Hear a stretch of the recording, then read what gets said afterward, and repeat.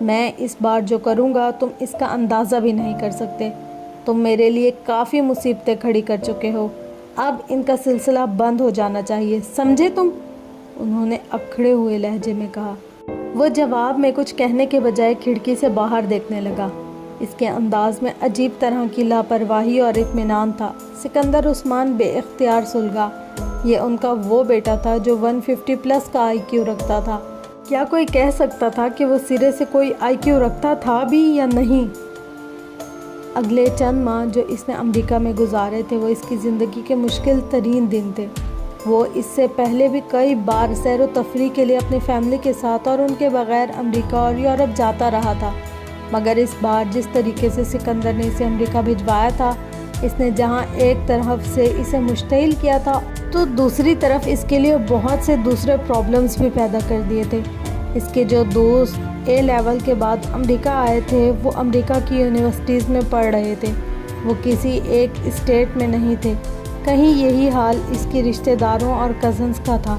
خود اس کے اپنے بہن بھائی بھی ایک جگہ پر نہیں تھے۔ وہ اپنی فیملی سے اتنا اٹیچ نہیں تھا کہ ان کی کمی محسوس کرتا یا ہوم سکنس کا شکار ہوتا۔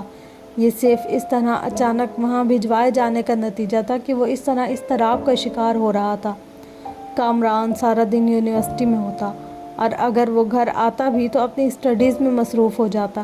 اس کے ایگزامز قریب تھے، جبکہ سالار سارا دن یا تو اپارٹمنٹ میں بیٹھا فلمیں دیکھتا رہتا تھا یا پھر چینلز گھمانے میں مصروف رہتا تھا، اور جب وہ ان دونوں کاموں سے بیزار ہو جاتا تو آوارہ گردی کے لیے نکل جاتا۔ اس نے وہاں قیام کے دوران نیو یارک میں اس علاقے کا چپا چپا چھان مارا تھا جہاں کامران رہ رہا تھا۔ وہاں کا کوئی نائٹ کلب، ڈسکو، پب، بار، تھیٹر، سینما، میوزک اور آرٹ گیلری ایسی نہیں تھی جہاں وہ نہ گیا ہو۔ اس کا اکیڈمک ریکارڈ ایسا تھا کہ جن 3 لیوی لیگ کی یونیورسٹیز میں اس نے اپلائی کیا تھا، ان 3 میں رزلٹ آنے سے پہلے ہی اس کے ایڈمیشن کی درخواست قبول کی جا چکی تھی۔ وہ 3 یونیورسٹیز ایسی تھی جن میں اس کے دور یا قریب کا کوئی رشتہ دار نہیں تھا، اور یہ اس نے جان بوجھ کر کیا تھا۔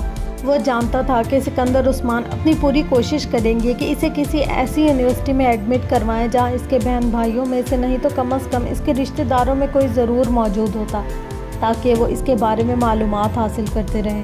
سالار کی جگہ ان کا کوئی دوسرا بیٹا لیوی لیگ کی کسی یونیورسٹی میں ایڈمیشن حاصل کرنے میں کامیاب ہوتا تو سکندر عثمان فخر میں مبتلا ہوتے اور اس چیز کو اپنے اور اپنی فیملی کے لیے اعزاز سمجھتے، مگر یہاں وہ اس خوف میں مبتلا ہو گئے تھے کہ وہ سالار پر نظر کیسے رکھیں گے۔ سالار نے ان یونیورسٹیز میں سے ییل کو چنا، اور اس کی وجہ یہ تھی کہ نہ صرف ییل میں ان کا کوئی شناسا اور واقف کار نہیں تھا، بلکہ نیو ہیون میں بھی سکندر عثمان کا کوئی رشتہ دار اور دوست نہیں تھا۔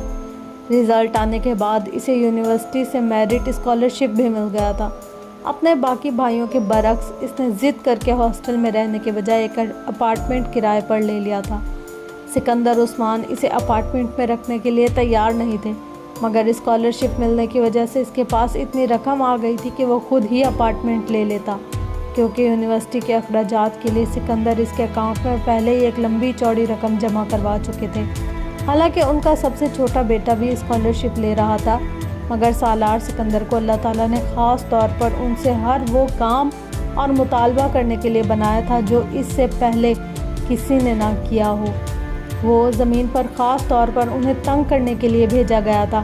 جس چیز کو ان کے دوسرے بچے مشرق کہتے وہ اسے مغرب کہتا، جسے دوسرے زمین قرار دیتے وہ اس کے آسمان ہونے پر دلائل دینا شروع کر دیتا تھا۔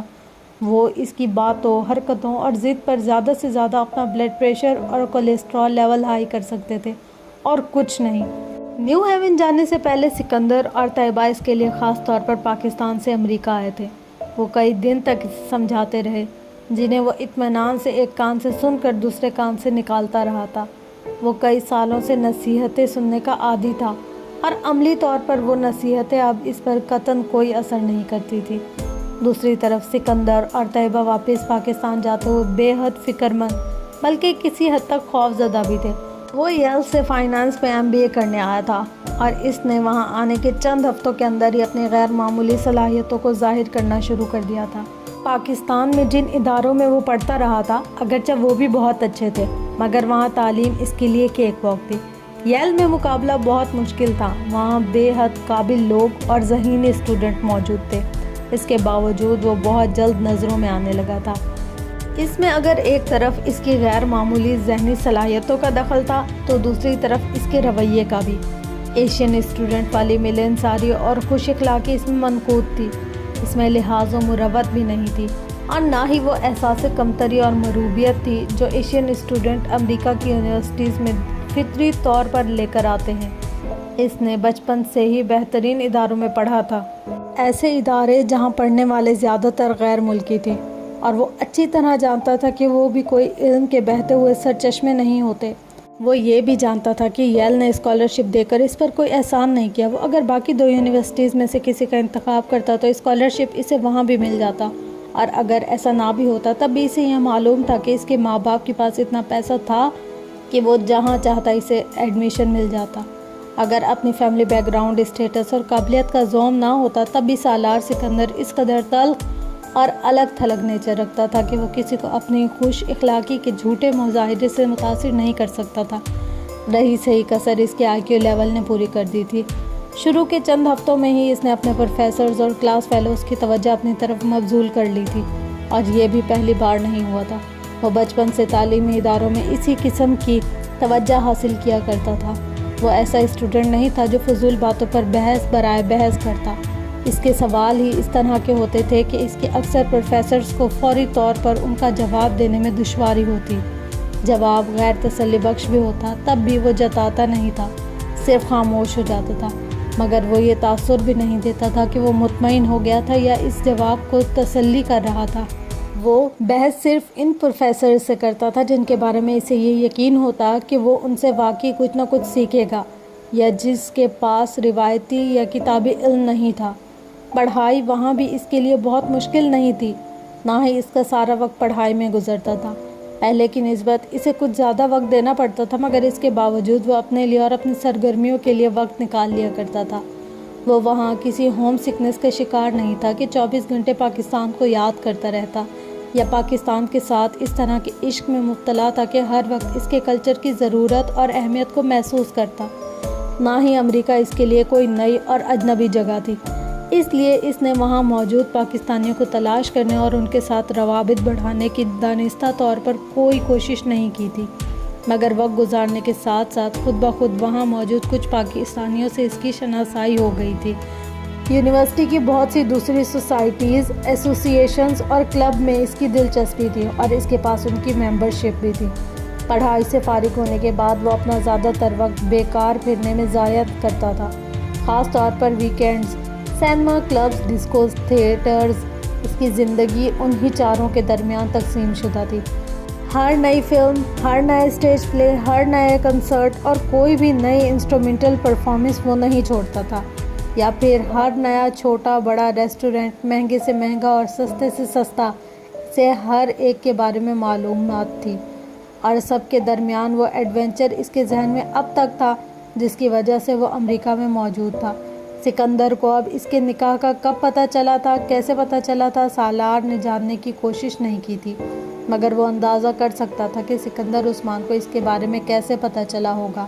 یہ حسن یا ناصرہ نہیں تھے جنہوں نے سکندر عثمان کو سالار اور امامہ کے بارے میں بتایا ہوگا، وہ ان کی طرف سے مطمئن تھا۔ یہ خود امامہ ہی ہوگی جس نے ان سے فون پر بات کرنے کے بعد یہ سوچا ہوگا کہ اس کے بجائے سکندر عثمان سے ساری بات کی جائے، اور اس نے یقیناً ایسا ہی کیا ہوگا، اسی لیے اس نے دوبارہ سالار سے رابطہ نہیں کیا۔ سکندر نے اس سے رابطہ کرنے کے بعد ہی اس کے کمرے کی تلاشی لے کر وہ نکاح نامہ برآمد کر لیا ہوگا، مگر یہ سب کب ہوا تھا؟ یہ وہ سوال تھا جس کا جواب وہ نہیں ڈھونڈ پا رہا تھا۔ جو بھی تھا، امامہ کے لیے اس کی ناپسندیدگی میں پاکستان سے امریکہ آتے ہی کچھ اور اضافہ ہو گیا تھا۔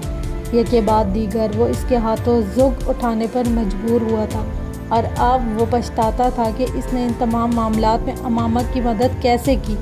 بعض دفعہ اسے حیرانی ہوتی تھی کہ آخر وہ امامہ جیسی لڑکی کی مدد کرنے پر تیار کیسے ہو گیا تھا، اور اس حد تک مدد کہ وہ اب ان تمام واقعات کے بارے میں سوچتے ہوئے بھی کوفت محسوس کرتا تھا۔ آخر میں نے اس کی مدد کیوں کی؟ جبکہ مجھے جو کرنا چاہیے تھا اس کے رابطہ کرنے پر میں وسیم کو، اس کے والدین کو یا خود اپنے والدین کو اس سارے معاملے کے بارے میں بتا دیتا، یا پھر جلال کے بارے میں انہیں بتا دیتا، یا پھر اس کے کہنے پر اس کے ساتھ سرے سے نکاح کرتا ہی نہ، یا اسے گھر سے فرار ہونے میں تو کبھی اس طرح مدد نہ کرتا۔ بعض دفعہ ایسے لگتا تھا جیسے وہ کسی چھوٹے بچے کی طرح ہاتھوں میں استعمال ہوا تھا۔ اتنی فرما برداری، اتنی تابعداری آخر کیوں؟ جبکہ وہ اس کے ساتھ کوئی تعلق یا واسطہ نہیں رکھتی تھی، وہ کسی طرح سے بھی اس کی مدد کرنے پر مجبور نہیں تھا۔ اب اسے وہ سب کچھ ایک ایڈونچر سے زیادہ حماقت لگتا تھا۔ وہ کسی سائیکالوجسٹ کی طرح ماما کے بارے میں اپنے رویے کا تجزیہ کرتا اور مطمئن ہوتا، جوں وقت گزرتا جائے گا وہ مکمل طور پر میرے ذہن سے نکل جائے گی، نہ بھی نکلی تب بھی مجھے کیا فرق پڑے گا، وہ سوچتا۔ وقت گزرنے کے ساتھ ساتھ یہاں اس کے حلقہ احباب میں اضافہ ہونے لگا، اور اسی حلقہ احباب میں ایک نام سعد کا تھا۔ اس کا تعلق کراچی سے تھا۔ سالار کی طرح وہ بھی امیر کبیر گھرانے سے تعلق رکھتا تھا، مگر سالار کے برعکس اس کا گھرانہ خاصا مذہبی تھا۔ یہ سالار کا اندازہ تھا۔ سعد کی حصہ مذہب بہت اچھی تھی، وہ بہت ہینڈسم بھی تھا۔ نیو ہیون میں ایک امریکی دوست کے توسط سے اس کی ملاقات سعد سے ہوئی تھی، اور اس کی طرف دوستی میں پہل کرنے والا سعد ہی تھا۔ سالار نے اس دوستی کو قبول کرنے میں قدرے تحمل کیا، کیونکہ اسے یوں لگتا تھا جیسے سعد اور اس کے درمیان کچھ بھی مشترکہ نہیں ہے۔ سعد وہاں سے ایم فل کر رہا تھا۔ سالار کے برعکس وہ پڑھائی کے ساتھ جاب بھی کرتا تھا۔ اس کا حلیہ اس کے مذہب سے جذباتی وابستگی کے لیے کافی تھا۔ اس نے داڑھی رکھی ہوئی تھی اور مذہب کے بارے میں اس کا علم بہت زیادہ تھا۔ سالار نے زندگی میں پہلی بار کسی ایسے شخص سے دوستی کی تھی جو مذہبی تھا۔ سعد 5 وقت کی نماز پڑھتا اور دوسروں کو بھی اس کے لیے کہتا رہتا۔ وہ مختلف آرگنائزیشنز اور کلب میں بھی بہت ایکٹیو تھا۔ سالار کے برعکس امریکہ میں اس کا کوئی قریبی رشتہ دار نہیں تھا، صرف ایک دور کے چچا تھے جو کسی دوسری اسٹیٹ میں رہتے تھے۔ شاید اسی لیے اپنی تنہائی کو دور کرنے کے لیے وہ بہت زیادہ سوشل تھا۔ سالار کے برعکس وہ اپنے بہن بھائیوں میں سب سے چھوٹا تھا، اور شاید یہ لاڈ پیار ہی تھا جس کی وجہ سے اس کے والدین نے اسے اتنی دور تعلیم کے لیے بھیج دیا تھا، ورنہ اس کے باقی دونوں بہن بھائی سعد کے والد کے ساتھ گریجویشن کے بعد بزنس میں شریک ہو گئے تھے۔ وہ بھی ایک اپارٹمنٹ کرائے پر لے کر رہتا تھا، مگر اس کے ساتھ اس اپارٹمنٹ میں 4 اور لوگ بھی رہتے تھے۔ ان 4 میں سے 2 عرب اور 1 بنگلہ دیشی کے علاوہ ایک اور پاکستانی تھا۔ وہ تمام اسٹوڈنٹس تھے۔ سعد پہلی ہی ملاقات میں سالار سے بہت بے تکلف ہو گیا تھا۔ سالار کے امریکی دوست جیف نے جب سعد کو سالار کے اکیڈمک کامیابیوں کے بارے میں بتایا تو ہر ایک کی طرح سعد بھی متاثر ہوئے بنا نہیں رہ سکا۔ سالار کو سعد کا چہرہ دیکھ کر اور خاص طور پر اس کی داڑھی دیکھ کر ہمیشہ جلال کا خیال آتا تھا۔ داڑھی کی وجہ سے دونوں میں عجیب سی مماثلت اور مشابہت نظر آتی۔ کئی بار دوسرے دوستوں کے علاوہ سعد بھی ویکینڈ پر اس کے ساتھ ہوتا۔ تم مسلمان ہو لیکن مذہب کی سرے سے پابندی نہیں کرتے، سعد نے ایک دفعہ سالار سے کہا، اور تم ضرورت سے زیادہ مذہبی ہو، سالار نے جواباً کہا۔ کیا مطلب؟ مطلب یہ کہ جس طرح تم 5 وقت کی نماز پڑھتے رہتے ہو اور ہر وقت اسلام کی بات کرتے رہتے ہو، یہ کچھ اوور ایکٹنگ ٹائپ چیز ہو جاتی ہے، سالار نے بڑی صاف گوئی کے ساتھ کہا۔ تم تھکتے نہیں ہو ہر وقت نمازیں پڑھ کر؟ یہ فرض ہے، اللہ کی طرف سے ہمیں حکم دیا گیا ہے کہ ہم اس کی عبادت کریں، اسے ہر وقت یاد رکھیں، سعد نے زور دیتے ہوئے کہا۔ سالار نے ایک جماہی لی۔ تم بھی عبادت کیا کرو، آخر تم بھی مسلمان ہو، سعد نے اس سے کہا۔ میں جانتا ہوں، اور عبادت نہ کرنے سے کیا میں مسلمان نہیں رہوں گا؟ اس نے کچھ تیکھے لہجے میں سعد سے کہا۔ صرف نام کا مسلمان بن کر زندگی گزارنا چاہتے ہو تم؟ سعد پلیز اس قسم کی فضول ٹاپک پر بات مت کرو۔ میں جانتا ہوں تمہیں مذہب میں بہت دلچسپی ہے، مگر مجھے نہیں ہے۔ بہتر ہے ہم ایک دوسرے کی رائے اور جذبات کا خیال رکھیں اور ایک دوسرے پر کچھ ٹھونسنے کی کوشش نہ کریں۔ جیسے میں تم سے یہ نہیں کہہ رہا کہ تم نماز چھوڑ دو، اس طرح تم مجھے بھی یہ نہ کہو کہ میں نماز پڑھوں، سالار نے انتہائی صاف گوئی سے کہا تو سعد خاموش ہو گیا۔ مگر کچھ دنوں بعد وہ اس کے اپارٹمنٹ پر آیا۔ سالار نے اس کی تواضع کے لیے کچھ لانے کے لیے کچن میں گیا تو سعد بھی اس کے پیچھے ہی آ گیا۔ اس نے باتوں کے دوران فریج کھول لیا اور اس میں موجود کھانے کی چیزوں پر نظر دوڑانے لگا۔ سالار پچھلی رات ایک فاسٹ فوڈ آؤٹ لیٹ سے اپنا پسندیدہ برگر لے کر آیا تھا۔ وہ فریج میں پڑا تھا۔ سعد نے اسے نکال لیا۔ اسے رکھ دو، یہ تم نہ کھانا، سالار نے جلدی سے کہا۔ کیوں؟ سعد نے مائکرو ویو کی طرف جاتے ہوئے پوچھا۔ اس میں پورک، سور کا گوشت ہے، سالار نے لاپرواہی سے کہا۔ مذاق مت کرو، سعد ٹھٹک گیا۔ اس میں مذاق والی کون سی بات ہے؟ سالار نے حیرانی سے اسے دیکھا۔ سعد نے جیسے پھینکنے والے انداز میں پلیٹ شیلف پر رکھی۔ تم پورک کھاتے ہو؟ میں پورک نہیں کھاتا، میں صرف یہ برگر کھاتا ہوں کیونکہ مجھے یہ پسند ہے، سالار نے برنر جلاتے ہوئے کہا۔ تم جانتے ہو یہ حرام ہے، اس نام میں۔ ہاں، اور پھر بھی؟ اب تم پھر وہی تبلیغی وضع شروع مت کرنا۔ میں صرف پورک ہی نہیں کھاتا، ہر قسم کا گوشت کھا لیتا ہوں، سالار نے لاپرواہی سے کہا۔ وہ اب فریج کی طرف جا رہا تھا۔ مجھے یقین نہیں آ رہا۔ خیر، اس میں ایسی بے یقینی والی کیا بات ہے، یہ کھانے کے لیے ہی ہوتا ہے۔ وہ اب فریج میں پڑے دودھ کے پیکٹ کو نکال رہا تھا۔ ہر چیز کھانے کے لیے نہیں ہوتی، ساتھ کچھ تل ملایا۔ ٹھیک ہے، تم زیادہ مذہبی نہ صحیح، مگر مسلمان تو ہو، اور اتنا تو تم جانتے ہو کہ پورک اسلام میں حرام ہے، کم از کم ایک مسلمان کے لیے۔ سالار خاموشی سے اپنے کام میں مصروف رہا۔ میرے لیے کچھ مت بنانا، میں نہیں کھاؤں گا۔ سعد یکدم کچن سے نکل گیا۔ کیوں؟ سالار نے مڑ کر اسے دیکھا۔ سعد واش بیسن کے سامنے کھڑا صابن سے ہاتھ دھو رہا تھا۔ کیا ہوا؟ سالار نے اس سے قدرے حیرانی سے پوچھا۔ سعد نے جواب میں کچھ نہیں کہا۔ وہ اسی طرح کلمہ پڑھتے ہوئے ہاتھ دھوتا رہا۔ سالار چھپتی ہوئی نظروں سے ہونٹ بھینچتے ہوئے اسے دیکھتا رہا۔ ہاتھ دھونے کے بعد اس نے سالار سے کہا، میں تو اس فریج میں رکھی کوئی چیز نہیں کھا سکتا، بلکہ تمہارے برتنوں میں بھی نہیں کھا سکتا۔ اگر تم یہ برگر کھا لیتے ہو تو بھی کیا کچھ نہیں کھا لیتے ہوگے؟ چلو باہر چلتے ہیں، وہیں جا کر کچھ کھاتے ہیں۔ یہ بہت انسلٹنگ ہے، سالار نے قدرے ناراضگی سے کہا۔ نہیں، انسلٹ والی تو کوئی بات نہیں ہے، بس میں یہ حرام گوشت نہیں کھانا چاہتا اور تم اس معاملے میں پرہیز کے عادی نہیں ہو، سعد نے کہا۔ میں نے تمہیں یہ گوشت کھلانے کی کوشش نہیں کی، تم نہیں کھاتے اس لیے میں نے وہ برگر پکڑتے ہی تمہیں منع کر دیا، سالار نے کہا۔ مگر تم کو شاید کوئی فوبیا ہو گیا ہے، تم اس طرح ری ایکٹ کر رہے ہو جیسے میں نے پورے فلیٹ میں اس جانور کو پالا ہوا ہے اور رات دن انہی کے ساتھ رہتا ہوں، سالار ناراض سا ہو گیا۔ چلو باہر چلتے ہیں، سعد نے اس کی ناراضگی کو ختم کرتے ہوئے کہا۔ باہر چل کر کچھ کھائیں گے تو میں بل پے نہیں کروں گا، تم کرو گے، سالار نے کہا۔ ٹھیک ہے، میں کر دوں گا، نو پرابلم، تم چلو، سعد نے اطمینان کا سانس لیتے ہوئے کہا۔ اور اگلی دفعہ تم میرے اپارٹمنٹ پہ آتے ہوئے گھر سے کچھ کھانے کے لیے لے کر آنا، سالار نے قدرے طنزیہ لہجے میں اس سے کہا۔ اچھا، لے آؤں گا، سعد نے کہا۔ وہ اس ویکینڈ پر جھیل کے کنارے بیٹھا ہوا تھا۔ اس کی طرح بہت سے لوگ وہاں پھر رہے تھے۔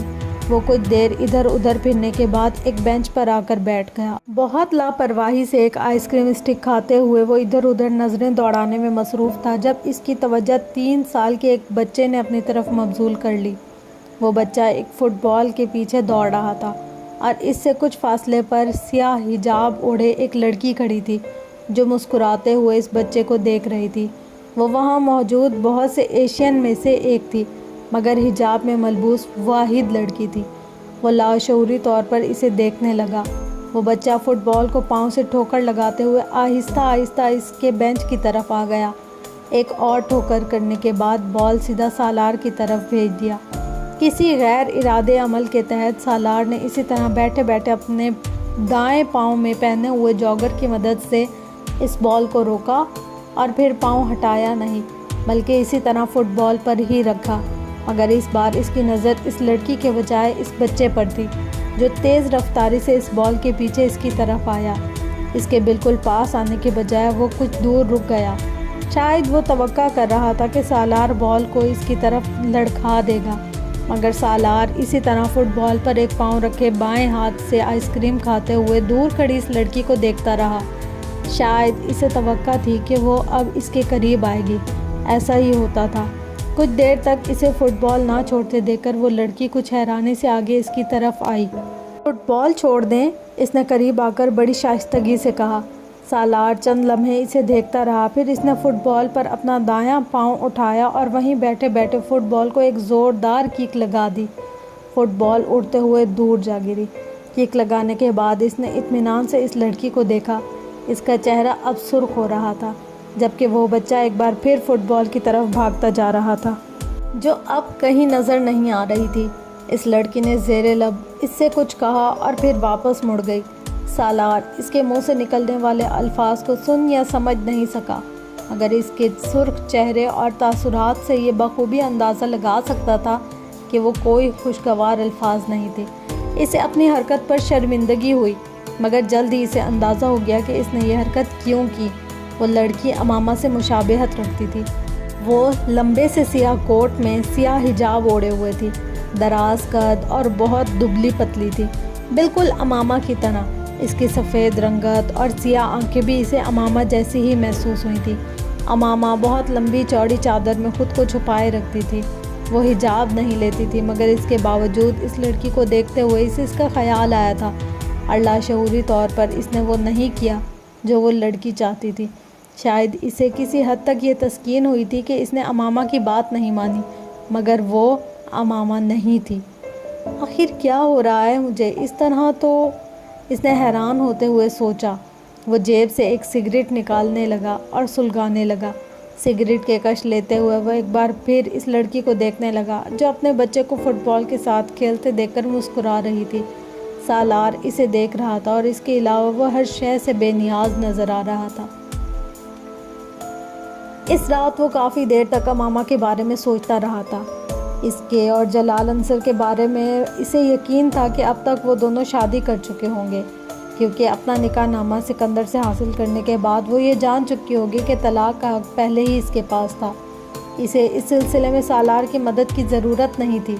یہ جاننے کے باوجود کہ جلال اس کے کہنے پر بھی امامہ سے شادی پر تیار نہیں ہوا تھا، اسے پھر بھی نہ جانے کیوں یہ یقین تھا کہ جلال النصر ایک بار امامہ کے پاس پہنچ جانے پر اسے انکار نہیں کر سکا ہوگا۔ اس کی منت سماجت پر وہ مان گیا ہوگا۔ امامہ اس کے مقابلے میں بہت خوبصورت تھی، اور امامہ کا خاندان اس ملک کے طاقتور ترین خاندانوں میں سے ایک تھا۔ کوئی احمق ہی ہوگا جو جلال النصر جیسی حیثیت رکھتے ہوئے امامہ کو سونے کی چڑیا نہ سمجھتا ہو، یا پھر ہو سکتا ہے کہ وہ واقعی امامہ کی محبت میں مبتلا ہو۔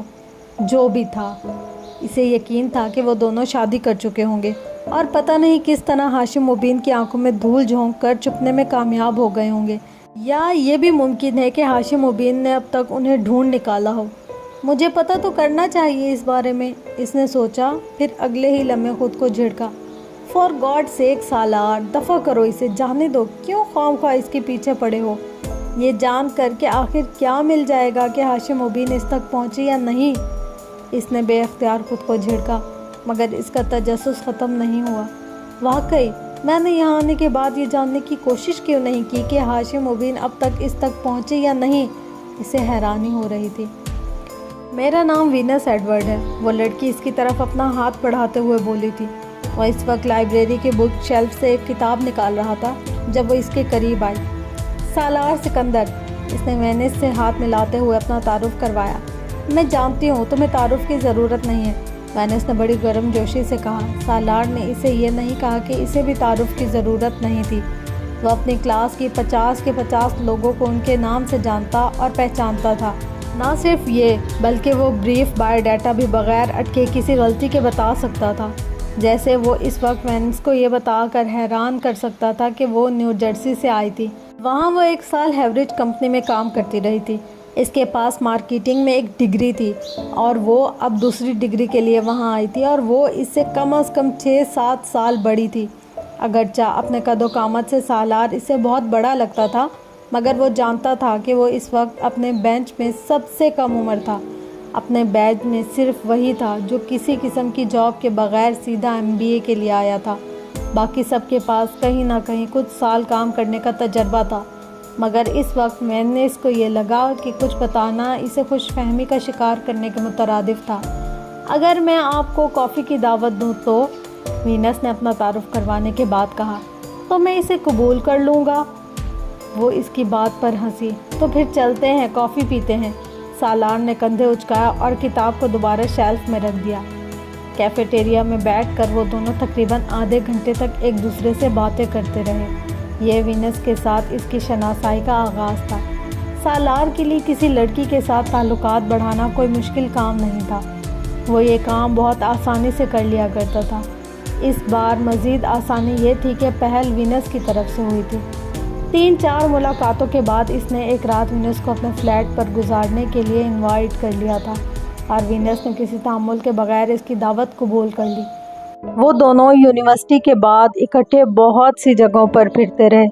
سالار کے فلیٹ پر ان کی واپسی لیٹ نائٹ ہوئی تھی۔ وہ کچن میں اپنے اور اس کے لیے گلاس تیار کرنے لگا، جبکہ وینس نے بے تکلف سے ادھر ادھر پھرتے ہوئے اس کے اپارٹمنٹ کا جائزہ لے رہی تھی۔ پھر وہ اس کے قریب آ کر کاؤنٹر کے سامنے کھڑی ہو گئی۔ بہت اچھا اپارٹمنٹ ہے تمہارا۔ میں سوچ رہی تھی کہ تم اکیلے رہتے ہو تو اپارٹمنٹ کا حلیہ خاصا خراب ہوگا، مگر تم نے تو ہر چیز بڑے سلیقے سے رکھی ہوئی ہے۔ تم ایسے ہی رہتے ہو یا یہ اہتمام خاص میرے لیے کیا گیا ہے؟ سالار نے ایک گلاس اس کے آگے رکھ دیا۔ میں ایسے ہی رہتا ہوں، قرینے اور طریقے سے۔ اس نے گھونٹ بھرا اور گلاس دوبارہ کاؤنٹر پر رکھتے ہوئے وہ وینس کے قریب چلا آیا۔ اس نے اس کے دونوں کندھوں پر ہاتھ رکھ دیے۔ وینس مسکرا دی۔ سالار نے اسے اپنے کچھ اور قریب کیا اور پھر یکدم ساکت ہو گیا۔ اس کی نظر وینس کی گردن کی زنجیر میں جھولتے اس موتی پر پڑی تھی جسے آج اس نے پہلی بار دیکھا تھا۔ سردی کے موسم کی وجہ سے وینس بھاری بھرکم سویٹرز اور جیکٹ پہنا کرتی تھی۔ اس نے 1-2 بار اس کے کھلے کالر سے نظر آنے والی اس زنجیر کو دیکھا تھا، مگر اس زنجیر میں لٹکا ہوا وہ موتی آج پہلی بار اس کی نظروں میں آیا تھا، کیونکہ آج پہلی بار وینس ایک گہرے گلے کی شرٹ میں ملبوس تھی۔ وہ اس شرٹ کے اوپر ایک سویٹر پہنے ہوئے تھی جسے اس نے سالار کے اپارٹمنٹ میں آ کر اتار دیا تھا۔ اس کے چہرے کی رنگت بدل گئی۔ ایک جھماکے کے ساتھ وہ موتی اسے کہیں بہت پیچھے کسی اور کے پاس لے گیا تھا۔ مسا کرتے ہاتھوں اور انگلیاں اور ہاتھ کی کلائی سے کوہنی تک کا سفر کرتی انگلیاں، آنکھوں سے پیشانی سے سفید چادر کے نیچے سیاہ بالوں پر پھسلتے ہوئے ہاتھ۔ امامہ کی گردن کے گرد موجود زنجیر تنگ تھی۔ اس میں لٹکنے والا موتی اس کی ہنسلی کی ہڈی کے بالکل ساتھ جھولتا تھا۔ زنجیر تھوڑی سی بھی لمبی ہوتی تو وہ اسے دیکھ نہ پاتا۔ اس رات وہ بہت تنگ گلے کی شرٹ اور سویٹر میں ملبوس تھی۔ اس موتی کو دیکھتے ہوئے وہ کچھ دیر کے لیے مفلوج ہو گیا۔ وہ اسے کس وقت یاد آئی تھی؟ اس نے موتی سے نظریں چرانے کی کوشش کی۔ وہ اپنی رات خراب نہیں کرنا چاہتا تھا۔ اس نے وینس کو دیکھ کر دوبارہ مسکرانے کی کوشش کی۔ وہ اس سے کہہ رہی تھی، مجھے تمہاری آنکھیں بہت خوبصورت لگتی ہیں، مجھے تمہاری آنکھوں سے گھن آتی ہے۔ کسی آواز نے اسے ایک چابک مارا تھا اور اس کے چہرے کی مسکراہٹ یکدم غائب ہو گئی تھی۔ وینس کے وجود سے اپنے بازو ہٹاتے ہوئے وہ چند قدم پیچھے مڑا اور کاؤنٹر پر پڑا ہوا گلاس اٹھا لیا۔ وینس ہکا بھکا اسے دیکھ رہی تھی۔ کیا ہوا؟ وہ چند قدم آگے بڑھ آئی اور اس کے کندھے پر ہاتھ رکھتے ہوئے کچھ تشویش سے پوچھا۔ سالار نے کچھ کہے بغیر ایک ہی سانس میں خالی کر دیا تھا۔ وینس اس کے جواب نہ دینے پر اب کچھ الجھے ہوئے انداز میں اسے دیکھ رہی تھی۔ وینس میں اس کی دلچسپی ختم ہونے میں صرف چند منٹ لگے تھے۔ وہ نہیں جانتا اسے کیوں اس کے وجود سے الجھن ہونے لگی تھی۔ وہ پچھلے 2 گھنٹے ایک نائٹ کلب میں اس کے ساتھ ڈانس کرتا رہا تھا اور وہ اس کے ساتھ بے حد خوش تھا، اور اب چند منٹوں میں سالار نے اپنے کندھے جھٹکے اور سنک کی طرف چلا گیا۔ وہ اپنا گلاس دھونے لگا۔ وینس دوسرا گلاس لے کر اس کے پاس چلی آئی۔ سالار نے اس سے گلاس لے لیا۔ وہ اپنے سینے پر دونوں بازو لپیٹے اس کے بالکل پاس کھڑی سے دیکھتی رہی۔ سالار کو اس کی نظروں سے جھنجھلاہٹ ہو رہی تھی۔ میری طبیعت کچھ ٹھیک نہیں ہے، گلاس کو شیلف پر رکھتے ہوئے اس نے وینس سے کہا۔ وہ حیرانی سے اسے دیکھنے لگی۔ وہ بالواسطہ طور پر اسے وہاں سے جانے کے لیے کہہ رہا تھا۔ وینس کے چہرے کا رنگ بدل گیا۔ سالار کا رویہ بے حد توہین آمیز تھا۔ وہ چند لمحے اسے گھورتی رہی، پھر تیزی کے ساتھ اپنا سویٹر اور بیگ اٹھا کر اپارٹمنٹ کا دروازہ دھماکے کے ساتھ بند کر کے باہر نکل گئی۔ وہ دونوں ہاتھوں سے اپنا سر پکڑ کر صوفے پر بیٹھ گیا۔ وینس اور امامہ میں کہیں کسی قسم کی کوئی مشابہت نہیں تھی۔ دونوں کی گردنوں میں موجود موتی بھی بالکل ایک جیسا نہیں تھا۔ اس کے باوجود اس وقت اس کی گردن میں جھولتے موتی کو دیکھ کر بے اختیار وہ یاد آئی تھی۔ کیوں؟ اب پھر کیوں؟ آخر اس وقت کیوں؟ وہ بے حد مشتعل ہو رہا تھا۔ اس کی وجہ سے اس کی رات خراب ہو گئی تھی۔ اس نے سینٹر ٹیبل پر پڑا ہوا ایک کرسٹل کا گلدان اٹھایا اور پوری قوت سے اسے دیوار پر دے مارا تھا۔ ویکینڈ کے بعد مینس سے اس کی دوبارہ ملاقات ہوئی، لیکن وہ اس سے بڑے روکھے اور اکھڑے ہوئے انداز میں ملا۔ یہ اس سے تعلقات شروع کرنے سے پہلے ہی ختم کرنے کا واحد راستہ تھا۔ اسے ہر اس عورت سے جھنجھلاہٹ ہوتی تھی جو اسے کسی بھی طرح اماما کی یاد دلاتی تھی، اور وینس ان عورتوں میں شامل ہو گئی تھی۔ وینس جو اس طرف سے کسی معذرت اور اگلی دعوت کا انتظار کر رہی تھی، وہ اس کے اس رویے سے بری طرح دل برداشتہ ہوئی تھی۔ یہ حال میں اس کا پہلا افیئر تھا۔ وہ پڑھائی میں بے حد مصروف رہا، اتنا مصروف کہ اماما کو یاد رکھنے اور اس کے بارے میں معلومات حاصل کرنے کی کوشش کو کل پر ٹالتا رہا۔ شاید یہ سلسلہ ابھی چلتا رہتا اگر اس شام اچانک اس کی ملاقات جلال النصر سے نہ ہو جاتی۔ وہ ویکینڈ پر بوسٹن گیا ہوا تھا جہاں اس کے چچا رہتے تھے۔ وہ وہاں اپنے ایک کزن کی شادی اٹینڈ کرنے آیا تھا۔ اس شام سالار اپنے کزن کے ہمراہ تھا جو ایک ریسٹورنٹ چلا رہا تھا۔ وہ وہاں کھانا کھانے آیا ہوا تھا۔ اس کا کزن آرڈر دینے کے بعد کسی کام سے اٹھ کر گیا تھا۔ سالار کھانے کا انتظار کر رہا تھا جب کسی نے اس کا نام لے کر پکارا، ہیلو۔ سالار نے بے اختیار مڑ کر اسے دیکھا۔ آپ سالار ہیں؟ اس آدمی نے پوچھا۔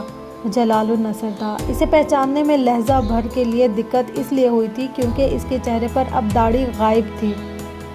سالار نے کھڑے ہو کر اس سے ہاتھ ملایا۔ 1 سال پہلے کا ایڈونچر ایک بار پھر اس کی آنکھوں کے سامنے گھوم گیا۔ رسمی الیک سلیک کے بعد اس نے جلال کو رسماً کھانے کی دعوت دی۔ نہیں، مجھے ذرا جلدی ہے، بس آپ پر اتفاقاً نظر پڑ گئی تو آ گیا۔ جلال نے اپنی گھڑی پر نظر ڈالتے ہوئے کہا۔ اماما کیسی ہے؟ جلال نے بات کرتے کرتے اچانک کہا۔ سالار کو لگا وہ اس کا سوال ٹھیک سے سن نہیں سکا۔ سوری، اس نے معذرت خواہانہ انداز میں استفسار کیا۔ جلال نے اپنا سوال دہرایا۔ میں اماما کا پوچھ رہا تھا، وہ کیسی ہے؟ سالار پلکیں جھپکائے بغیر اسے دیکھتا رہا۔ وہ اماما کے بارے میں اس سے کیوں پوچھ رہا تھا؟ مجھے نہیں پتا، یہ تو آپ کو پتا ہونا چاہیے، اس نے کچھ الجھتے ہوئے انداز میں کندھے جھٹکتے ہوئے کہا۔ اس بار جلال حیران ہوا۔ مجھے کس لیے؟ کیونکہ وہ آپ کی بیوی ہے۔ میری بیوی؟ جلال کو جیسے کرنٹ لگا۔ آپ کیا کہہ رہے ہیں؟ میری بیوی کیسے ہو سکتی ہے وہ؟ میں نے اس سے شادی سے انکار کر دیا تھا، آپ اچھی طرح جانتے ہیں۔ 1 سال پہلے آپ ہی تو آئے تھے اس سلسلے میں مجھ سے بات کرنے کے لیے۔ جلال نے جیسے اسے کچھ یاد دلایا۔ میں نے تو آپ سے یہ بھی کہا تھا کہ آپ خود اس سے شادی کر لیں۔ سالار بے یقینی سے اسے دیکھتا رہا۔ میں تو یہ سوچ رہا تھا کہ آپ کے پاس آیا تھا کہ شاید آپ نے اس سے شادی کر لی ہوگی۔ وہ اب وضاحت کر رہا تھا۔ آپ نے اس سے شادی نہیں کی؟ سالار نے پوچھا۔ نہیں، آپ سے تو ساری بات ہوئی تھی، میں نے انکار کر دیا تھا، پھر اس سے میری شادی کیسے ہو سکتی تھی؟ پھر میں نے سنا کہ وہ گھر سے چلی گئی، میں نے سوچا آپ کے ساتھ کہیں چلی گئی ہوگی، اس لیے تو آپ کو دیکھ کر آپ کی طرف آیا۔ میں نہیں جانتا کہ وہ کہاں ہے، میں تو پچھلے 7-8 ماہ سے یہی ہوں، سالار نے کہا۔ اور مجھے یہاں آئے ہوئے 2 ماہ ہوئے ہیں، جلال نے بتایا۔ مجھ سے ملاقات کے بعد کیا اس نے دوبارہ آپ سے رابطہ یا ملاقات کرنے کی کوشش کی تھی؟ سالار نے کچھ الجھتے ہوئے انداز میں پوچھا۔ نہیں، وہ مجھ سے ملی نہیں۔ یہ کیسے ہو سکتا ہے کہ لاہور جا کر اس نے آپ سے رابطہ کرنے کی کوشش نہ کی ہو؟ سالار کو اس کی بات پر یقین نہیں آیا۔ مجھ سے رابطہ کرنے سے کیا ہوتا؟ آپ کے لیے وہ گھر سے نکلی تھی، اسے آپ کے پاس جانا چاہیے تھا۔ نہیں، وہ میرے لیے گھر سے نہیں نکلی۔ آپ تو اچھی طرح جانتے ہیں کہ میں نے اسے بتا دیا تھا کہ میں اس سے شادی نہیں کر سکتا، پھر آپ یہ مت کہیں کہ وہ میرے لیے گھر سے نکلی تھی۔ جلال کے لہجے میں اچانک کچھ تبدیلی آ گئی۔ ساری بات آپ سے ہی تو ہوئی تھی۔ کیا آپ واقعی سچ کہہ رہے ہیں کہ وہ دوبارہ آپ کے پاس نہیں گئی؟ میں آپ سے جھوٹ کیوں بولوں گا؟ اور اگر وہ میرے ساتھ ہوتی تو میں آپ کے پاس اس کے بارے میں پوچھنے کیوں آتا؟ مجھے دیر ہو رہی ہے۔ جلال کے لہجے میں اب بے نیازی تھی۔ آپ مجھے اپنا کانٹیکٹ نمبر دے سکتے ہیں؟ سالار نے کہا۔ نہیں، میں نہیں سمجھتا کہ آپ کو مجھ سے اور مجھے آپ سے دوبارہ رابطے کی ضرورت پڑ سکتی ہے، جلال نے بڑی صاف گوئی سے کہا اور واپس مڑ گیا۔ سالار کچھ الجھے ہوئے انداز میں اس کی پشت پر نظریں جمائے رہا۔ یہ بات قابل یقین بات تھی کہ وہ جلال سے نہیں ملی تھی۔ کیوں؟ کیا اس نے میری اس بات پر واقعی یقین کر لیا تھا کہ جلال نے شادی کر لی ہے؟ سالار کو اپنا جھوٹ یاد آ گیا۔ مگر یہ کیسے ممکن ہے؟ وہ مزید الجھا۔ میری بات پر اسے یقین کیسے آ سکتا ہے جبکہ وہ کہہ رہی تھی کہ اسے میری بات پر یقین نہیں ہے۔ وہ کرسی کھینچ کر دوبارہ بیٹھ گیا۔ اور اگر جلال کے پاس نہیں گئی تو پھر وہ کہاں گئی؟ کیا کسی اور شخص کے پاس جس سے اس نے مجھے بے خبر رکھا؟ مگر یہ ممکن نہیں ہے۔ اگر کوئی اور ہوتا تو وہ مجھے اس سے بھی رابطہ کرنے کے لیے کہتی۔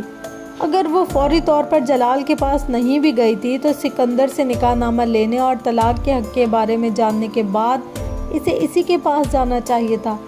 وہ یہ نہیں جانتا تھا کہ اس نے جلال کی اس فرضی شادی کے بارے میں اسے کیوں بتایا۔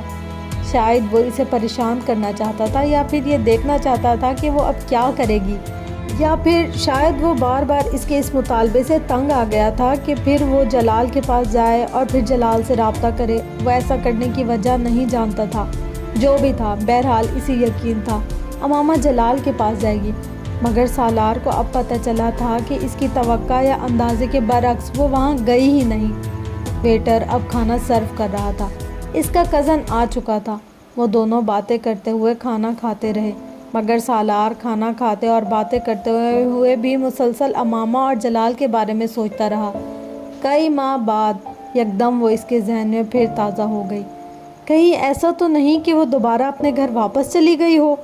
کھانا کھاتے کھاتے اسے اچانک خیال آیا، ہاں یہ ممکن ہے۔ اس کا ذہن متواتر ایک ہی جگہ اٹکا ہوا تھا، مجھے پاپا سے بات کرنی چاہیے، انہیں یقیناً اس بارے میں کچھ نہ کچھ پتہ ہوگا۔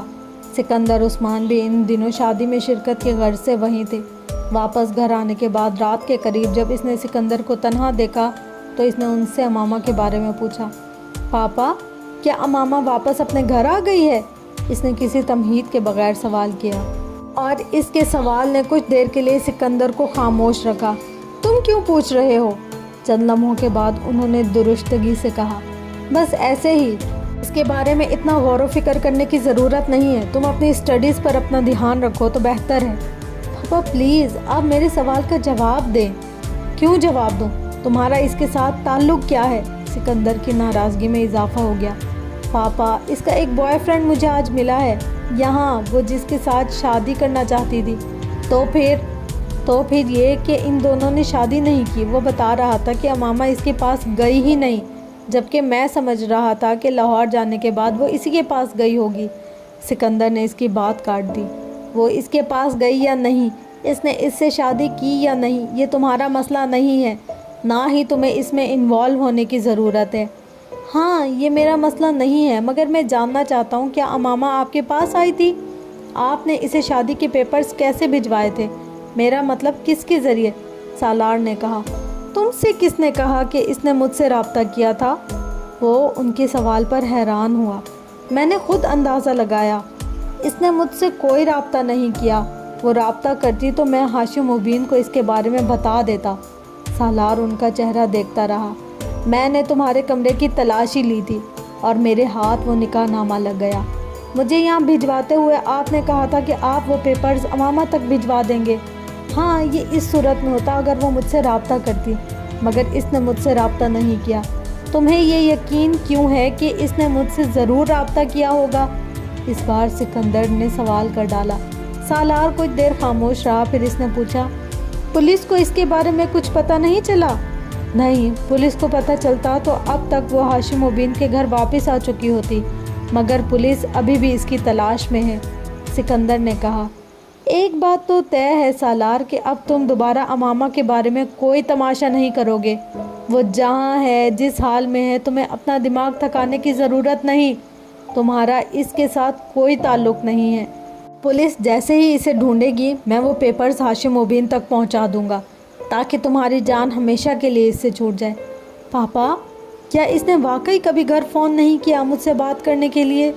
سالار نے ان کی بات پر غور کیے بغیر کہا، کیا وہ تمہیں فون کیا کرتی تھی؟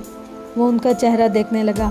گھر سے چلے جانے کے بعد اس نے صرف ایک بار فون کیا تھا، پھر میں یہاں آ گیا۔ ہو سکتا ہے اس نے دوبارہ فون کیا ہو جس کے بارے میں آپ مجھے نہیں بتا رہے۔ اس نے تمہیں فون نہیں کیا۔ اگر کرتی تو میں تمہاری اور اس کی شادی کے بارے میں بہت سے معاملات کو ختم کر دیتا، میں تمہاری طرف سے اسے طلاق دے دیتا۔ یہ سب آپ کیسے کر سکتے ہیں؟ سالار نے بہت پرسکون انداز میں کہا، یہاں تمہیں بھجوانے سے پہلے میں نے ایک پیپر پر تمہارے سائن لیے تھے۔ میں طلاق نامہ تیار کروا چکا ہوں، سکندر نے جتاتے ہوئے کہا۔ Fake documents? سالار نے اسی انداز میں تبصرہ کیا۔ میں تو نہیں جانتا تھا کہ آپ طلاق نامہ تیار کروانے کے لیے مجھ سے سائن کروا رہے ہیں۔ تم پھر اس مصیبت کو میرے سر لانا چاہتے ہو؟ سکندر کو ایک دم غصہ آ گیا۔ میں نے یہ نہیں کہا، میں اس کے ساتھ رشتہ قائم رکھنا چاہتا ہوں۔ میں آپ کو صرف یہ بتا رہا ہوں کہ آپ میری طرف سے یہ رشتہ ختم نہیں کر سکتے۔ یہ میرا معاملہ ہے، میں خود ہی اسے ختم کروں گا۔ تم صرف یہ شکر کرو کہ تم اس وقت یہاں اطمینان سے بیٹھے ہوئے ہو، ورنہ تم نے جس خاندان کو اپنے پیچھے لگایا تھا وہ خاندان قبر تک بھی تمہارا پیچھا نہ چھوڑتا، اور یہ بھی ممکن ہے وہ یہاں بھی تمہاری نگرانی کروا رہے ہوں یا انتظار کر رہے ہوں کہ تم مطمئن ہو کر دوبارہ امامہ کے ساتھ رابطہ قائم کرو اور وہ تم دونوں کے لیے ایک کنواں تیار کر لیں۔ آپ خواہ خواہ مجھے خوف زدہ کر رہے ہیں۔ پہلی بات تو یہ ہے کہ میں یہ ماننے پر تیار نہیں ہوں کہ یہاں امریکہ میں کوئی میری نگرانی کر رہا ہوگا، اور وہ بھی اتنا عرصہ گزر جانے کے بعد۔ اور اگر دوسری بات یہ کہ میں امامہ کے ساتھ تو کوئی رابطہ نہیں کر رہا کیونکہ میں واقعی نہیں جانتا کہ وہ کہاں ہیں، پھر رابطے کا تو سوال ہی پیدا نہیں ہوتا۔ تو پھر تمہیں اس کے بارے میں اس قدر کانشیس ہونے کی کیا ضرورت ہے؟ وہ جہاں ہے، جیسی ہے، رہنے دو اسے۔ سکندر کو کچھ اطمینان ہوا۔ آپ میرے موبائل کے بل چیک کریں، وہ موبائل اس کے پاس ہے، ہو سکتا ہے پہلے نہیں تو اب وہ اس سے کالز کرتی ہو۔ وہ اس سے کالز نہیں کرتی، موبائل مستقل طور پر بند ہے۔ جو چند کالز اس نے کی تھیں وہ سب میڈیکل کالج میں ساتھ پڑھنے والی لڑکیوں کو ہی کی تھیں، اور پولیس پہلے ہی انہیں انویسٹیگیٹ کر چکی ہے۔ لاہور میں وہ ایک لڑکی کے گھر گئی تھی، مگر وہ لڑکی پشاور میں تھی، اور اس کے واپس آنے سے پہلے ہی وہ اس کے گھر سے چلی گئی تھی۔ کہاں گئی یہ پولیس کو نہیں پتہ چل سکا۔ سالار چپتی ہوئی نظروں سے انہیں دیکھتا رہا، پھر اس نے کہا، آپ کو حسن نے میرے اور اس کے بارے میں کیا بتایا تھا؟ سکندر کچھ بول نہیں سکے۔ موبائل کے امامہ کے پاس ہونے کے بارے میں صرف حسن ہی جانتا تھا۔ کم از کم یہ ایسی بات تھی جو سکندر عثمان صرف اس کے کمرے کی تلاشی لے کر نہیں جان سکتے تھے۔ اسے ان سے بات کرتے ہوئے پہلی بار اچانک حسن پر شبہ ہوا تھا، کیونکہ سکندر عثمان کو اتنی چھوٹی موٹی باتوں کا پتہ تھا جو صرف اسے پتہ تھا یا پھر حسن کو، کوئی تیسرا ان سے واقف نہیں تھا۔ اس نے سکندر عثمان کو کچھ نہیں بتایا تھا تو یقینی طور پر یہ حسن ہی ہو سکتا تھا جس نے انہیں ساری تفصیلات سے آگاہ کیا تھا۔ اس سے کیا فرق پڑتا ہے کہ مجھے حسن نے بتایا یا کسی اور نے؟ یہ تو ہو ہی نہیں سکتا تھا کہ اس بات کے بارے میں مجھے پتہ نہ چلتا۔ یہ صرف میری حماقت تھی کہ میں نے ہاشم مبین کے الزامات کو سنجیدگی سے نہیں لیا اور تمہارے جھوٹ پر یقین کر لیا۔ سالار نے کچھ نہیں کہا، وہ صرف ماتھے پر تیوریاں لیے انہیں دیکھتا رہا اور ان کی بات سنتا رہا۔ اب جب میں نے تمہیں اس سارے معاملے سے بچا لیا ہے تو تمہیں دوبارہ ایسی کوئی حرکت نہیں کرنی چاہیے جس سے، سکندر عثمان نے قدرے نرم لہجے میں کہنا شروع کیا، مگر اس سے پہلے کہ ان کی بات مکمل ہوتی سالار ایک جھٹکے سے اٹھ کر کمرے سے باہر نکل گیا۔ سکندر عثمان کے ساتھ ہونے والی گفتگو کے بعد وہ ساری رات اس تمام معاملے کے بارے میں سوچتا رہا۔ پہلی بار اسے ہلکا سا افسوس اور پچھتاوا ہوا تھا۔ اسے امامہ ہاشم کو اس کے کہنے پر فوراً طلاق دے دینی چاہیے تھی، پھر شاید وہ جلال کے پاس چلی جاتی اور وہ دونوں شادی کر لیتے۔ امامہ کے لیے بے حد ناپسندیدگی رکھنے کے باوجود اس نے پہلی بار اپنی غلطی تسلیم کر لی تھی۔ اس نے دوبارہ مجھ سے رابطہ نہیں کیا، وہ طلاق لینے کے لیے کورٹ نہیں گئی، اس کے خاندان والے بھی ابھی تک اسے نہیں ڈھونڈ سکے، وہ جلال النصر کے پاس بھی نہیں گئی، تو پھر آخر وہ گئی کہاں؟ کیا اس کے ساتھ کوئی حادثہ؟ وہ پہلی بار بہت سنجیدگی سے، کسی ناراضگی یا غصے کے بغیر اس کے بارے میں سوچ رہا تھا۔ یہ تو ممکن نہیں ہے کہ وہ مجھ سے اتنی شدید نفرت اور ناپسندیدگی رکھنے کے بعد میری بیوی کے طور پر کہیں خاموشی سے زندگی گزار رہی ہو۔ پھر آخر کیا وجہ ہے کہ امامہ کسی کے ساتھ بھی دوبارہ رابطہ نہیں کر رہی؟ اب تک جب 1 سال سے زیادہ گزر گیا ہے، کیا وہ واقعی حادثے کا شکار ہو گئی ہے؟ کیا حادثہ پیش آ سکتا ہے اسے؟ اس کے بارے میں سوچتے سوچتے اس کی ذہنی روح ایک بار پھر بہنے لگی۔ اگر کوئی حادثہ پیش آ گیا ہے تو میں کیا کروں؟ وہ اپنے رزق پر گھر سے نکلی تھی، اور حادثہ تو کسی کو کسی بھی وقت درپیش آ سکتا ہے۔ پھر مجھے اس کے بارے میں اتنا فکر مند ہونے کی کیا ضرورت ہے؟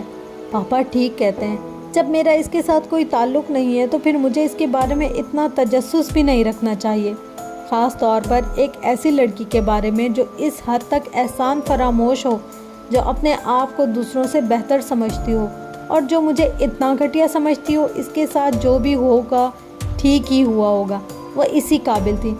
اس نے اس کے بارے میں ہر خیال کو ذہن سے جھٹکنے کی کوشش کی۔ کچھ دیر پہلے کی تعصب آمیز سنجیدگی وہ اب محسوس نہیں کر پا رہا تھا، نہ ہی اسے کسی قسم کے پچھتاوے کا احساس تھا۔ وہ ویسے بھی چھوٹی موٹی باتوں پر پچھتانے کا عادی نہیں تھا۔ اس نے سکون کے عالم میں آنکھیں بند کر لیں۔ اس کے ذہن میں اب دور دور تک کہیں امامہ ہاشم کا تصور موجود نہیں تھا۔ کبھی وینڈم گئے ہو؟ اس دن یونیورسٹی سے نکلتے ہوئے مائک نے سالار سے پوچھا۔ ایک دفعہ۔ کیسی جگہ ہے؟ مائک نے سوال کیا۔ بری نہیں ہے، سالار نے تبصرہ کیا۔ اس ویکینڈ پر وہاں چلتے ہیں۔ کیوں؟ میری گرل فرینڈ کو بہت دلچسپی ہے اس جگہ میں، وہ اکثر جاتی ہے، مائک نے کہا۔ تو تمہیں تو پھر اس کے ساتھ ہی جانا چاہیے، سالار نے کہا۔ نہیں، سب لوگ چلتے ہیں، زیادہ مزہ آئے گا، مائک نے کہا۔ سب لوگوں سے مراد تمہاری کیا ہے؟ اس بار دانش نے گفتگو میں حصہ لیا۔ جتنے دوست بھی ہیں سب، میں، سالار، تم، سیٹھی اور ساتھ کو رہنے دو۔ وہ نائٹ کلب کے نام پر کانوں کو ہاتھ لگانے لگے گا یا پھر ایک لمبا چوڑا وعظ دے دے گا، سالار نے مداخلت کی۔ تو پھر ٹھیک ہے، ہم لوگ ہی چلتے ہیں، دانش نے کہا۔ سینڈرا کو بھی انوائٹ کر لیتے ہیں، سالار نے اپنی گرل فرینڈ کا نام لیا۔ اس ویکینڈ پر سب وہاں گئے اور 3-4 گھنٹوں تک انہوں نے وہاں خوب انجوائے کیا۔ اگلے روز سالار صبح دیر سے اٹھا۔ وہ ابھی لنچ کی تیاری کر رہا تھا جب سعد نے اسے فون کیا۔ ابھی اٹھے ہو؟ سعد نے اس کی آواز سنتے ہی کہا۔ ہاں، 10 منٹ پہلے۔ رات کو دیر تک باہر رہے ہوگے اس لیے، سعد نے اندازہ لگایا۔ ہاں، ہم لوگ باہر گئے تھے، سالار نے دانستہ طور پر نائٹ کلب کا نام نہیں لیا۔ ہم لوگ کون؟ تم اور سینڈرا؟ نہیں، پورا گروپ ہی، سالار نے کہا۔ پورا گروپ؟ مجھے لے کر نہیں گئے؟ میں مر گیا تھا، سعد نے چڑ کر کہا۔ تمہارا خیال ہی نہیں آیا ہمیں، سالار نے اطمینان سے کہا۔ بہت گھٹیا آدمی ہو تم سالار، بہت ہی گھٹیا۔ یہ دانش بھی گیا تھا؟ ہم سب مائی ڈیئر، ہم سب، سالار نے اسی اطمینان کے ساتھ کہا۔ مجھے کیوں نہیں لے کر گئے تم لوگ؟ سعد کی خفگی میں کچھ اور اضافہ ہوا۔ تم ابھی بچے ہو، ہر جگہ بچوں کو لے کر نہیں جا سکتے، سالار نے شرارت سے کہا۔ میں ابھی آ کر تمہاری ٹانگیں توڑتا ہوں، پھر تمہیں اندازہ ہوگا کہ یہ بچہ بڑا ہو گیا ہے۔ مذاق نہیں کر رہا یار، ہم نے تمہیں ساتھ جانے کو اس لیے نہیں کہا کیونکہ تم جاتے ہی نہیں۔ اس بار سالار واقعی سنجیدہ ہوا۔ کیوں، تم لوگ دوزخ میں جا رہے تھے کہ میں وہاں نہ جاتا؟ سعد کے غصے میں کوئی کمی نہیں آئی۔ کم از کم تم اسے دوزخ ہی کہتے۔ ہم لوگ نائٹ کلب گئے ہوئے تھے اور تم کو وہاں نہیں جانا تھا۔ کیوں، مجھے وہاں کیوں نہیں جانا تھا؟ سعد کے جواب نے سالار کو کچھ حیران کیا۔ تم ساتھ چلتے؟ آف کورس، مگر تمہیں وہاں جا کر کیا کرنا تھا؟ نہ تو تم ڈرنک کرتے ہو نہ ڈانس کرتے ہو، پھر وہاں جا کر تم کیا کرتے؟ ہمیں نصیحتیں؟ ایسی بات نہیں ہے، ٹھیک ہے ڈرنک اور ڈانس نہیں کرتا مگر آؤٹنگ تو ہو جاتی ہے، میں انجوائے کرتا، سعد نے کہا۔ مگر ایسی جگہوں پر جانا اسلام میں جائز نہیں ہے، سالار نے چپتے ہوئے لہجے میں کہا۔ سعد چند لمحے کچھ کہہ نہیں سکا۔ میں وہاں کوئی غلط کام کرنے تو نہیں جا رہا تھا، تم سے کہہ رہا ہوں صرف آؤٹنگ کی غرض سے جاتا، چند لمحوں کے بعد اس نے قدر سے سنبھلتے ہوئے کہا۔ اوکے، اگلی بار ہمارا پروگرام بنے گا تو تمہیں بھی ساتھ لے لیں گے، بلکہ مجھے پہلے پتہ ہوتا تو کل رات بھی تمہیں ساتھ لے لیتا۔ ہم سب نے واقعی بہت انجوائے کیا، سالار نے کہا۔ چلو، اب میں کر بھی کیا سکتا ہوں۔ خیر، آج کیا کر رہے ہو؟ سعد اب اس سے معمول کی طرح باتیں کرنے لگا۔ 10-15 منٹ تک ان دونوں کے درمیان گفتگو ہوتی رہی، پھر سالار نے فون بند کر دیا۔ تم اس ویکینڈ پر کیا کر رہے ہو؟ اس دن سعد نے سالار سے پوچھا۔ وہ یونیورسٹی کیفیٹیریا میں موجود تھے۔ میں اس ویکینڈ پر نیو یارک جا رہا ہوں، سینڈرا کے ساتھ، سالار نے اپنا پروگرام بتایا۔ کیوں؟ سعد نے پوچھا۔ اس کے بھائی کی شادی ہے، مجھے انوائٹ کیا ہے اس نے۔ واپس کب آؤ گے؟ اتوار کی رات کو۔ تم ایسا کرو کہ اپنے اپارٹمنٹ کی چابی مجھے دے جاؤ، میں 2 دن تمہارے اپارٹمنٹ پر گزاروں گا۔ کچھ اسائنمنٹس ہیں جو مجھے تیار کرنی ہیں اور اس ویکینڈ پر وہ چاروں ہی گھر ہوں گے، وہاں پر بڑا رش ہوگا، میں تمہارے اپارٹمنٹ میں اطمینان سے پڑھ لوں گا، سعد نے کہا۔ اوکے، تم میرے اپارٹمنٹ میں رہ لینا، سالار نے کندھے اچکاتے ہوئے کہا۔ اسے سینڈرا کے ساتھ جمعرات کی رات کو نکلنا تھا۔ سالار کا بیگ اس کی گاڑی کی ڈگی میں تھا۔ یہ اتفاق ہی تھا کہ سینڈرا کو عین آخری وقت میں چند کام نپٹانے پڑ گئے تھے، اور وہ جو سر شام نکلنے کا ارادہ کیے بیٹھے تھے، ان کا پروگرام ہفتے کی صبح تک ملتوی ہو گیا۔ سینڈرا پیئنگ گیسٹ کے طور پر کہیں رہتی تھی اور وہ اس کے پاس رات نہیں گزار سکتا تھا۔ اسے اپنے اپارٹمنٹ واپس آنا پڑا۔ رات کو تقریباً 11 بجے سینڈرا کو اس کی رہائش گاہ پر ڈراپ کرنے کے بعد اپارٹمنٹ چلا آیا۔ اس نے سعد کو چابی دی تھی، دوسری چابی اس کے پاس ہی تھی۔ وہ جانتا تھا کہ سعد اس وقت بیٹھا پڑ رہا ہوگا، مگر اس نے اسے ڈسٹرب کرنا ضروری نہیں سمجھا۔ وہ اپارٹمنٹ کا بیرونی دروازہ کھول کر اندر داخل ہو گیا۔ لانگ روم کی لائٹ آن تھی۔ اندر داخل ہوتے ہی اسے کچھ عجیب سا احساس ہوا۔ وہ اپنے بیڈ روم میں جانا چاہتا تھا، مگر بیڈ روم کے دروازے پر ہی رک گیا۔ بیڈ روم کا دروازہ بند تھا، مگر اس کے باوجود اندر سے ابھرنے والے کہکے اور باتوں کی آواز سن سکتا تھا۔ سعد کے ساتھ اندر کوئی عورت تھی۔ وہ جامد ہو گیا۔ اس کے گروپ میں صرف سعد تھا جس کے بارے میں اس کا خیال تھا کہ کسی لڑکی کے ساتھ اس کے تعلقات نہیں تھے۔ وہ جتنا مذہبی آدمی تھا، اس سے یہ توقع کی ہی نہیں جا سکتی تھی۔ وہ اندر داخل نہیں ہوا۔ قدرے بے یقینی سے وہ واپس مڑ گیا، اور تب اس کی نظر لانگ روم کی ٹیبل پر رکھی بوتل اور گلاس پر پڑی۔ وہاں سے کچن کاؤنٹر جہاں کھانے کے برتن ابھی تک پڑے تھے، وہ مزید وہاں رکے بغیر اسی طرح خاموشی سے وہاں سے نکل آیا۔ اس کے لیے یہ بات ناقابل یقین تھی کہ سعد وہاں کسی لڑکی کے ساتھ رہنے کے لیے آیا تھا۔ بالکل ناقابل یقین۔ جو شخص حرام گوشت نہ کھاتا ہو، شراب نہ پیتا ہو، 5 وقت کی نماز پڑھتا ہو، وہ ہر وقت اسلام کی باتیں کرتا رہتا ہو، دوسروں کو اسلام کی تبلیغ کرتا ہو، وہ کسی لڑکی کے ساتھ اپارٹمنٹ کے دروازے کو باہر سے بند کرتے ہوئے اسی طرح شوق کے عالم میں تھا۔ بوتل اور گلاس ظاہر کر رہے تھے کہ اس نے پی بھی ہوئی ہے، اور شاید کھانا وغیرہ بھی کھایا ہوگا، اسی فریزر اور کچن میں جہاں کا وہ پانی تک پینے کے لیے تیار نہیں ہوتا تھا۔ اسے ہنسی آ رہی تھی۔ جو اپنے آپ کو جتنا اچھا اور سچا مسلمان ظاہر کرنے یا بننے کی کوشش کرتا تھا دکھائی دیتا ہے، وہ اتنا بڑا فراڈ ہے۔ ایک یہ شخص تھا جو یوں ظاہر کرتا تھا جیسے پورے امریکہ میں ایک ہی مسلمان ہے، اور ایک لڑکی امامہ تھی جو ٹینٹ جتنی بڑی چادر اوڑھتی تھی، اور کردار اس کا یہ تھا کہ ایک لڑکی کے لیے گھر سے بھاگ گئی، اور بنتے پھرتے ہیں سچے مسلمان۔ نیچے اپنی گاڑی میں آ کر بیٹھتے ہوئے اس نے کچھ تنفر سے سوچا، منافقت اور جھوٹ کی حد ان پر ختم ہو جاتی ہے۔ وہ گاڑی پارکنگ سے نکالتے ہوئے بڑبڑا رہا تھا۔ اس وقت وہ سینڈرا کے پاس نہیں جا سکتا تھا۔ اس نے دانش کے پاس واپس جانے کا فیصلہ کیا۔ وہ اسے دیکھ کر حیران ہوا۔ سالار نے بہانہ بنایا کہ وہ بور ہو رہا تھا، اس لیے اس نے دانش کے پاس آنے اور رات گزارنے کا فیصلہ کیا۔ دانش مطمئن ہو گیا۔ اتوار کی رات کو جب وہ واپس نیو ہیون اپنے اپارٹمنٹ میں آیا تو سعد وہاں نہیں تھا۔ اس کے فلیٹ میں کہیں بھی ایسے آثار نہیں تھے جس سے یہ پتہ چلتا کہ وہاں کوئی عورت آئی تھی۔ وائن کی وہ بوتل بھی اسے نہیں ملی تھی۔ وہ زیر لب مسکراتا ہوا پورے اپارٹمنٹ کا تفصیلی جائزہ لیتا رہا۔ وہاں موجود ہر چیز ویسے ہی تھی جیسے وہ چھوڑ کر گیا تھا۔ سالار نے اپنا سامان رکھنے کے بعد سعد کو فون کیا۔ کچھ دیر رسمی باتیں کرتے رہنے کے بعد وہ موضوع پر آ گیا۔ پھر اچھی رہی تمہاری اسٹڈیز؟ اسائنمنٹ بن گئے؟ ہاں یار، میں تو 2 دن اچھا خاصا پڑھتا رہا ہوں۔ اسائنمنٹ تقریباً مکمل کر لی ہے۔ تم بتاؤ تمہارا ٹرپ کیسا رہا؟ سعد نے جواباً پوچھا۔ بہت اچھا۔ کتنی دیر میں پہنچ گئے تھے؟ وہاں سفر رات کو کرتے ہوئے کوئی پرابلم تو نہیں ہوئی؟ سعد نے سرسری سے لہجے میں پوچھا۔ نہیں، رات کو سفر نہیں کیا۔ کیا مطلب؟ مطلب یہ کہ فرائیڈے کی رات کو نہیں، سیٹرڈے کی صبح گئے تھے ہم لوگ وہاں، سالار نے بتایا۔ تم پھر سینڈرا کی طرف رہے تھے؟ نہیں، دانش کے پاس۔ کیوں؟ یہاں آ جاتے اپنے اپارٹمنٹ پر۔ آیا تھا، سالار نے بڑے اطمینان سے کہا۔ دوسری طرف خاموشی چھا گئی۔ سالار دل ہی دل میں ہنسا۔ سعد کے پیروں کے نیچے سے یقیناً اس وقت زمین نکل گئی تھی۔ آئے تھے؟ کب؟ اس بار وہ بے اختیار ہکلایا۔ 11 بجے کے قریب۔ تم اس وقت کسی لڑکی کے ساتھ مصروف تھے۔ میں نے تم لوگوں کو ڈسٹرب کرنا مناسب نہیں سمجھا، اس لیے وہاں سے واپس آ گیا۔ وہ اندازہ کر سکتا تھا کہ سعد پر اس وقت سکتہ طاری ہو چکا ہوگا۔ اس کے وہم و گمان میں بھی نہیں آ سکتا تھا کہ سالار اس طرح اس کا بھانڈا پھوڑ دے گا۔ ویسے تم نے کبھی اپنی گرل فرینڈ سے ملوایا نہیں؟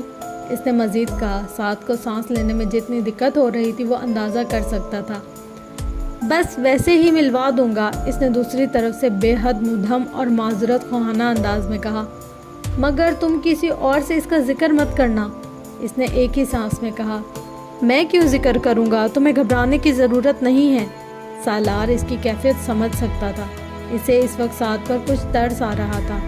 اس رات سعد نے چند منٹوں بعد ہی فون رکھ دیا تھا۔ سالار کو اس کی شرمندگی کا اچھی طرح اندازہ تھا۔ اس واقعے کے بعد سالار کا خیال تھا کہ سعد دوبارہ کبھی اس کے سامنے اپنے مذہبی عقیدت اور وابستگی کا ذکر نہیں کرے گا، مگر اسے یہ دیکھ کر حیرت ہوئی تھی کہ سعد میں کوئی تبدیلی نہیں آئی تھی۔ وہ اب بھی اسی شاد و مت سے مذہب پر بات کرتا تھا، دوسروں کو ٹوک دیتا تھا، نصیحتیں کرتا تھا، نماز پڑھنے کی ہدایت دیتا تھا، صدقہ خیرات دینے کے لیے کہتا تھا، اللہ سے محبت کے بارے میں گھنٹوں بولنے کے لیے تیار رہتا تھا، اور مذہب کے بارے میں بات کرتا ہوتا تو کسی آیت یا حدیث کا حوالہ دیتے ہوئے آنکھوں میں آنسو بھی آ جاتے تھے۔ اس کے گروپ کے لوگوں کے ساتھ اور بہت سے لوگ سعد سے متاثر تھے، اس کی کردار سے بہت مرعوب اور اللہ سے اس کی محبت پر رشک کا شکار، ایک مثالی مسلم۔ جوانی کی مصروف زندگی میں بھی اس میں کوئی شک نہیں تھا کہ سعد بات کرنا جانتا تھا۔ اس کا انداز بیاں بے حد متاثر کن تھا، اور اس کے شناسہ لوگوں میں صرف سالار تھا جس پر اس کی نصیحت کوئی اثر نہیں کرتی تھی، جو اس سے ذرا برابر متاثر نہیں تھا اور نہ ہی کسی رشک کا شکار تھا۔ جیسے سعد کی داڑھی اس کے دین کے لیے استقامت کا یقین دلانے میں کامیاب ہوئی تھی، نہ ہی دوسروں کے لیے اس کا ادب و احترام، اس کا نرم انداز گفتگو۔ امامہ سے مذہبی لوگوں کے لیے اس کی ناپسندیدگی کا آغاز ہوا تھا۔ جلال نے اسے آگے بڑھایا تھا اور سعد نے اسے انتہا پر پہنچا دیا تھا۔ اس کا خیال تھا کہ مذہبی لوگوں سے بڑھ کر منافق کوئی دوسرا نہیں ہوتا۔ داڑھی رکھنے والا مرد اور پردہ کرنے والی عورت کسی بھی قسم کی، بلکہ ہر قسم کی برائی کا شکار ہوتے ہیں، اور ان لوگوں سے زیادہ جو خود کو مذہبی نہیں کہتے۔ اتفاق سے ملنے والے تینوں لوگوں نے اس یقین کو مستحکم کیا تھا۔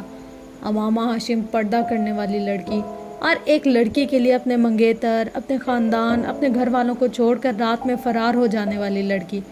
جلال النصر داڑھی والا مرد، حضور صلی اللہ علیہ وسلم کی محبت میں سرشار ہو کر نعتیں پڑھنے والا اور ایک لڑکی سے افیئر چلانے والا، اور پھر اسے بیچ راستے میں چھوڑ کر ایک طرف ہو جانے والا، پھر دین الگ دنیا الگ کر بات کرنے والا۔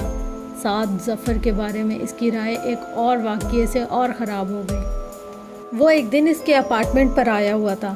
سالار اس وقت کمپیوٹر آن کی اپنا کام کرتے ہوئے اس سے باتیں کرنے لگا۔ پھر اسے کچھ چیزیں لانے کے لیے اپارٹمنٹ سے قریبی مارکیٹ جانا پڑا، اور اسے پیدل وہاں آنے جانے اور شاپنگ کرنے میں 30 منٹ لگے تھے۔ سعد اس کے ساتھ نہیں آیا تھا۔ جب سالار واپس آیا تو سعد کمپیوٹر پر چیٹنگ میں مصروف تھا۔ وہ کچھ دیر مزید اس کے پاس بیٹھا گپ شپ کرتا رہا، پھر چلا گیا۔ اس کے جانے کے بعد سالار نے لنچ کیا اور ایک بار پھر کمپیوٹر پر آ کر بیٹھ گیا۔ وہ بھی کچھ دیر چیٹنگ کرنا چاہتا تھا، اور یہ ایک اتفاق ہی تھا کہ اس نے لاشعوری طور پر کمپیوٹر چلاتے ہوئے اس کی ہسٹری دیکھی۔ وہاں ان ویب سائٹس اور پیجز کی کچھ تفصیلات تھیں جو کچھ دیر پہلے اس نے یا سعد نے دیکھی تھی۔ سعد نے جن ویب سائٹس کو دیکھا تھا وہ پورنوگرافی سے متعلق تھیں۔ اسے اپنے یا کسی دوسرے دوست کے ان پیجز دیکھنے یا ان ویب سائٹ کو وزٹ کرنے پر حیرت نہ ہوتی، نہ وہ اعتراض کرتا۔ وہ خود ایسی ویب سائٹ کا وزٹ کرتا رہتا تھا، مگر سعد کے ان ویب سائٹ کو وزٹ کرنے پر اسے حیرت ہوئی تھی۔ اس کی نظروں میں وہ کچھ اور نیچے آ گیا تھا۔